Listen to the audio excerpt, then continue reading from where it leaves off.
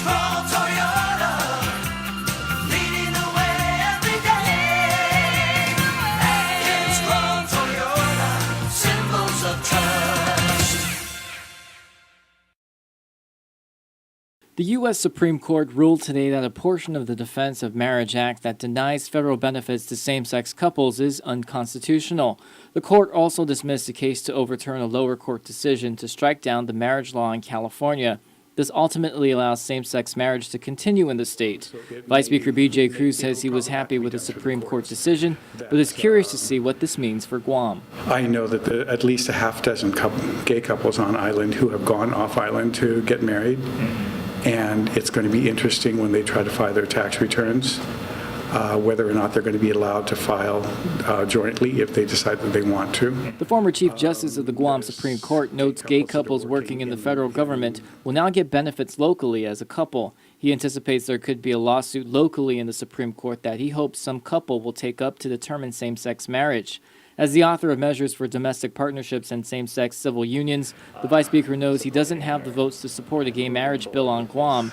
However, that decision could be done in the courts. I try not to engage in too much futility, and since I can count and I know that I don't have 8, there is no reason to do it and cause a polarization on the floor or among the members. The courts are going to take care of it like they did, that the U.S. Supreme Court did in this case. Vanessa Judikpa says she is elated by the Supreme Court's ruling. She tells PNC she and her partner participated in the marriage equality rally outside City Hall in California when Prop 8 was banned in 2010. Despite a stay put on their marriage application at the time, they still proceeded to have a wedding and continued to advocate for equal rights with Marriage Equality San Francisco and the No Hate campaign. They knew it wouldn't last. We knew eventually that kind of stay won't hold for very much long, especially with all the support that we're getting, not only from the LGBT community, but for straight allies as well. And everyone's just seeing that it's a constitutional issue, and it only makes our community's social progress basically stagnant. She explains the ruling on federal benefits helps same-sex couples that want to have children because in California, domestic partnerships deny over 1,000 privileges that heterosexuals are granted. They no longer have to go through the process of second parent adoption. A lot of them had to resort to living wills just to protect themselves from situations where they would feel discriminated against. Judikpa says they are no longer second-class citizens. She mentioned she doesn't see it as same-sex marriage, just marriage.